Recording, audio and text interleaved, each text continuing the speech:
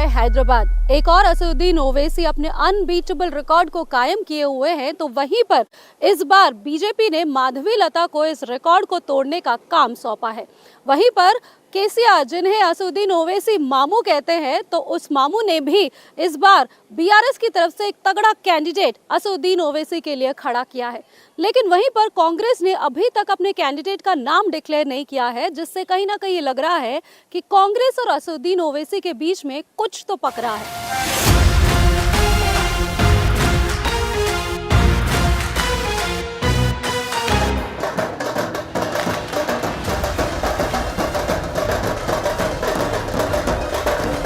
लोकसभा चुनाव के रण में हैदराबाद इस बार सुर्खियों में है। ओवैसी परिवार के 40 साल के सल्तनत को यहां चुनौती मिल रही है। सवाल यही उठ रहे हैं कि हैदराबाद में इस बार पतंग उड़ेगी या कमल खिलेगा। हैदराबाद लोकसभा सीट में इस बार मुकाबला बीजेपी की माधवी लता, एआईएमआईएम के असदुद्दीन ओवैसी और बीआरएस के कद्दाम श्रीनिवास यादव के बीच है। हैदराबाद के दंगल में माधवी लता के उतरने से पूरा चुनाव ही बदल गया है। दरअसल हैदराबाद सीट ओवैसी परिवार की खानदानी सीट रही है। यहां से ओवैसी के पिता सुल्तान सलाउद्दीन ओवैसी 1984, 1989, 1991, 1996, 1998 और 1999 में 6 बार सांसद रहे। इसके बाद असदुद्दीन ओवैसी 2004 में पहली बार यहां से चुनाव जीते। फिर 2009, 2014 और 2019 में ओवैसी फिर यहां से जीते।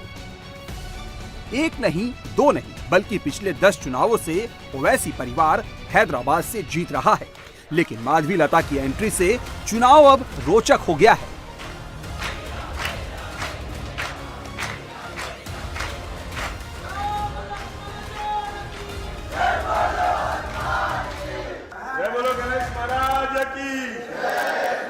मुद्दों के जरिए समझने की कोशिश करेंगे कि हैदराबाद में 24 के रण में ट्विस्ट कैसे आया। उससे पहले आपको बताते हैं कि माधवी लता कौन है।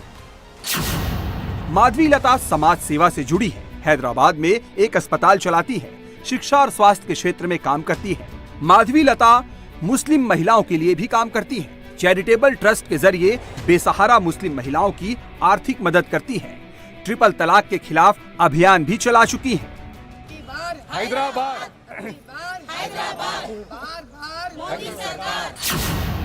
24 के चुनाव में हैदराबाद की हवा को समझने के लिए माधवी लता और ओवैसी में फर्क को भी समझना जरूरी है। ओवैसी इस बार चुनाव में सीए का मुद्दा उठा रहे हैं, तो माधवी लता रोहिंग्या के मसले को उठा रही हैं। ओवैसी ट्रिपल तलाक का विरोध कर रहे हैं, जबकि माधवी लता ट्रिपल तलाक का समर्थन कर रही है। ओवैसी मुस्लिम वोट के पैरोकार हैं, तो माधवी लता सभी समुदाय की बात कर रही है।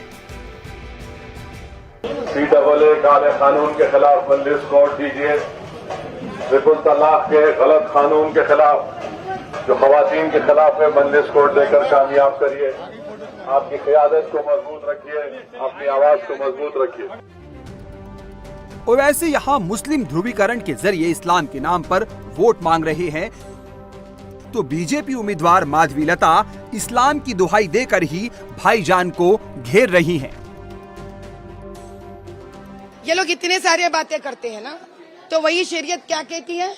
जो गलत काम करता है उसको हाथ काट दो, जो गलत काम करता है उसके ऊपर पत्थर फेंको। तो वक्फ बोर्ड के लैंड खाली है, लोगों को क्या करना चाहिए? अगर तुम पूरे इस्लाम को मानते हो, सही मानो। औरंगजेब के फतवे आलमगिरी पकड़ के मत बात करो। ये सब मेरे साथ समझ में आया ना? यही इस्लाम भी कहता है किस प्रकार के पनिशमेंट्स देना है। अभी जो शमशाबाद एयरपोर्ट खड़ा है ना, किसके लैंड पे खड़ा है? मस्जिद तोड़ दी है। हैदराबाद में ओवैसी का कोर वोटर मुस्लिम है, जबकि हिंदू वोटर बीजेपी के कोर वोटर है। लेकिन हैदराबाद में मुस्लिम वोट के बिना जीत मुमकिन नहीं है। इसलिए माना जा रहा है कि हिंदुओं के साथ मुस्लिम वोट को जोड़ने के लिए बीजेपी ने माधवी लता पर दांव लगाया है। हैदराबाद में 59% मुस्लिम वोटर हैं, 2019 के लोकसभा चुनाव में ओवैसी को 59.3% वोट मिले, मतलब मुस्लिम वोट ओवैसी के खाते में गए। इस बार माधवी लता के उतरने से तस्वीर बदली है। माधवी लता की पहुंच मुस्लिम महिलाओं के बीच अच्छी है। माधवी लता ने ट्रिपल तलाक के मुद्दे को भी जोर शोर से उठाया था, मतलब 59% मुस्लिम वोट में माधवी सेंध लगा सकती है। हैदराबाद में अगर मुस्लिम वोट बटे तो भाईजान की राह मुश्किल हो सकती है, और जिस तरह से माधवी लता दावा कर रही है, उससे लग रहा है कि मुस्लिम वोटरों में से आधी आबादी यानी मुस्लिम महिलाओं के वोट बीजेपी के खाते में जुड़ सकते हैं। जब उन्होंने औरतों को सिलेंडर सब्सिडाइज में दिया, क्या है सिलेंडर पे लिखा उन्होंने Hindu cylinder Hindu cylinder Hindu cylinder? थोड़ी लिखा है, नहीं लिखेंगे ना। जब मैंने मेडिकल कैंप्स किया है, आप चौंक जाएंगे। मैंने मुसलमानों के बस्ती में ज्यादा मेडिकल कैंप्स किया है, हिंदू बस्तियों से भी। हैदराबाद में बोगस वोटिंग का मुद्दा भी इस बार उठाया जा रहा है। दरअसल 2019 में ओवैसी 2,82,183 वोटों से चुनाव जीते थे। माधवी लता का दावा है कि हैदराबाद में 1,60,000 के करीब फर्जी वोटर हैं। भाई जितना भी बोगस वोट्स हैं हम निकलवा कर ही रहेंगे। जितने माइनॉरिटी बूथ्स हैं हम वहाँ पर सीआरपीएफ तैनात करवा के ही रहेंगे। हम अपना रिक्वेस्ट बार बार सेंट्रल इलेक्शन कमीशन को मुद्दा देते ही रहेंगे। आपको मालूम कि हर साल जनवरी में नामों का इंक्लूजन होता है, उसके बाद लिस्ट आती है इलेक्शन कमीशन ऑफ इंडिया की तरफ से, मैं उसको हेड नहीं करता हूं। फिर हर एक को एक टाइम दिया जाता है कि वो ऑब्जेक्शन दाखिल करे। उसकी टाइम खत्म हो जाने के बाद फाइनल वोटर लिस्ट आती है। फिर इलेक्शन से पहले एडिशनल एंड डिलीशन की लिस्ट आने वाली है। अब आप बताइए इससे मेरा क्या रोल है? और आप इलेक्शन कमीशन ऑफ इंडिया को आप गाली दे रहे हैं, इसका मतलब? माधवी लता भी हैदराबाद की गलियों में घूम घूम कर वोट मांग रही है, और ओवैसी भी। दोनों को ही लगता है कि वो 100% जीत रहे हैं। नरेंद्र मोदी ने भी कहा था कि लिबास देखकर पहचाने, उनका भाषण है। तो लिबास से नफरत है, मेरी दाढ़ी से नफरत है, टोपी से नफरत है, हिजाब से नफरत है, मेरे खाने से नफरत है, तो आपको मेरी वजूद से नफरत है। मगर हैदराबाद की आवाम नफरत को कामयाब नहीं करेगी, मोहब्बत को कामयाब करेगी। तो हैदराबाद की आवाम ने हमेशा से यूनाइटेड तरीके से मुत्तहदा तौर पर मंजलिस को कामयाब किया है, और इंशाल्लाह अब के बार मंजलिस को कामयाब करेंगे। मेरा नाम तक लेने से डर रहे हैं वो, तो इसका मतलब ये नहीं है कि हम चुन दे दिए उनको, बस हो गया। वैसे भी तो हार ही गए। अब बस इलेक्शन के रिजल्ट में संपूर्ण तरह से इतिहास लिखाने वाली हार उनको देखना बाकी है। नेता तो जीत के दावे करेंगे ही, लेकिन पब्लिक ओपिनियन क्या है ये जानने के लिए हमने वोटरों की नब्ज टटोलने की कोशिश की। यहाँ पर खाली धर्म के नाम पे इलेक्शन होता है। कभी भी असदुद्दीन ओवैसी धर्म के नाम पे वोट ले लेके चले आते हैं। कैसा बोलते हैं कि अगर अब मुसलमानों को आप मेरे को वोट नहीं डाले तो बीजेपी जीत के आपको यहाँ से अकाल देती बोल के ऐसा नारे दे के पब्लिक को भड़काव करके वोट लेते हैं। और बोगस वोटिंग 100% बोगस वोटिंग होता है। यहाँ पर जेन्युइन वोटिंग नहीं होता। जब 2 बजे तक यहाँ पर पोलिंग परसेंटेज 30% भी नहीं होता। शाम के 5 बजे तक 70-80% चले जाता।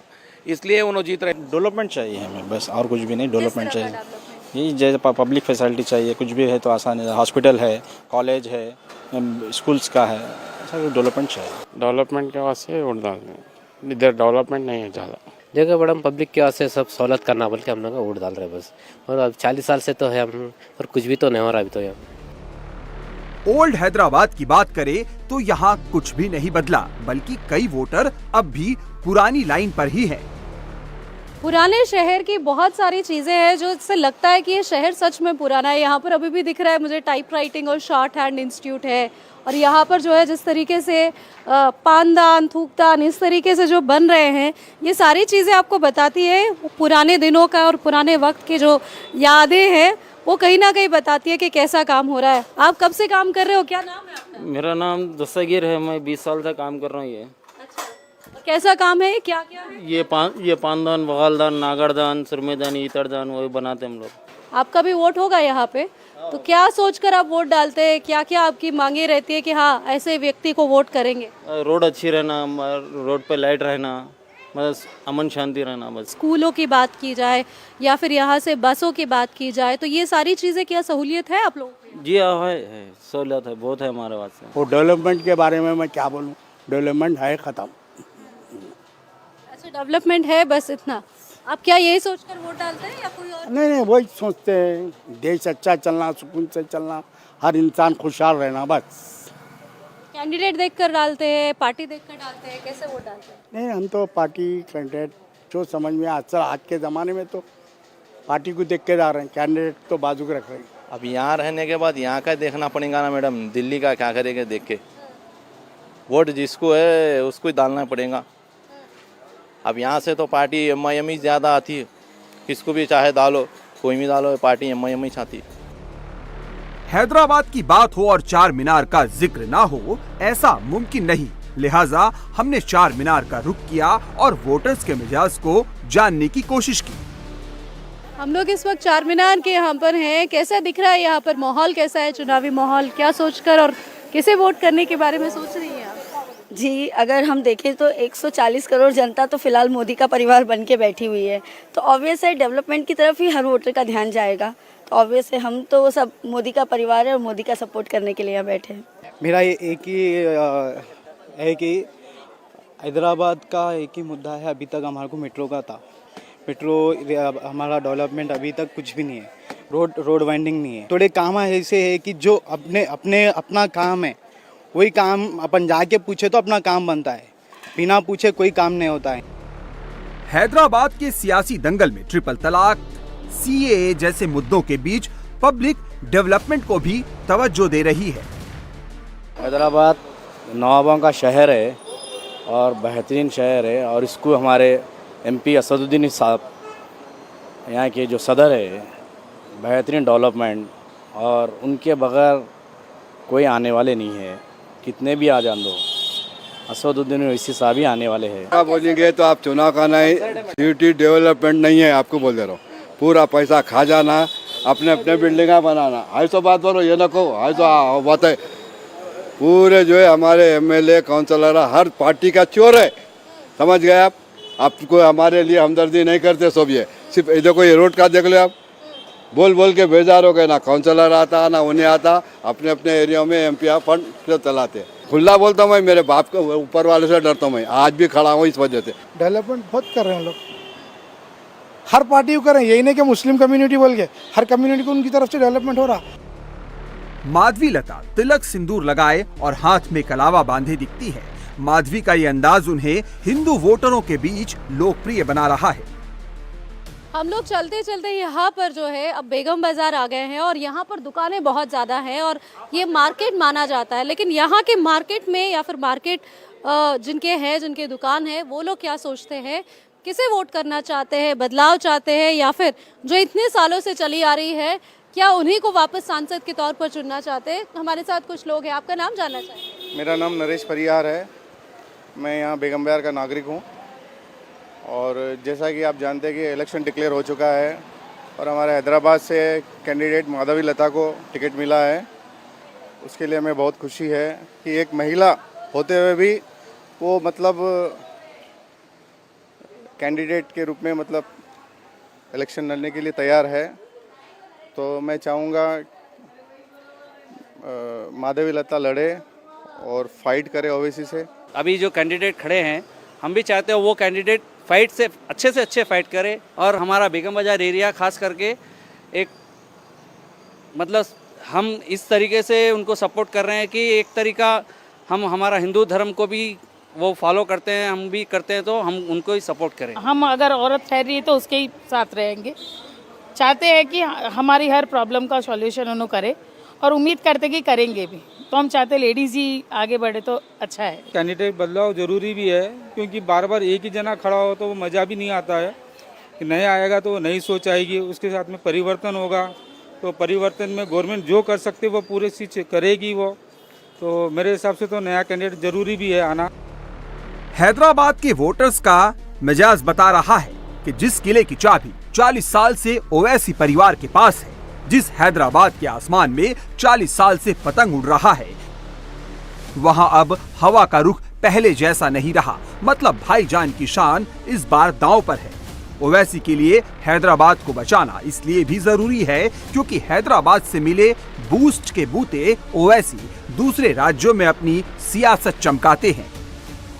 चार मीनार से पहले 4 कमान है और ये जो मुख्य कमान है मोती कमान कहा जाता है इसे, और मुख्य द्वार है। लेकिन जब हम बात करते हैं राजनीति की तो जाहिर तौर पर कौन इस दरवाजे को फांदकर उस तरफ जाता है, क्योंकि अब तक हमने देखा इस रेस में पिछले कई सालों से जो है असदुद्दीन ओवैसी जीतते आए हैं। लेकिन क्या लोग किसी और को मौका देंगे या फिर किसी पार्टी या फिर किसी नेता के बारे में सोचकर उन्हें चुनेंगे, या फिर जिस तरीके से काफी सालों से चल रहा है कि बार बार ओवैसी परिवार, क्या उसी नारे पर जो है वोट डाले जाएंगे, ये कुछ दिनों में तय हो जाएगा।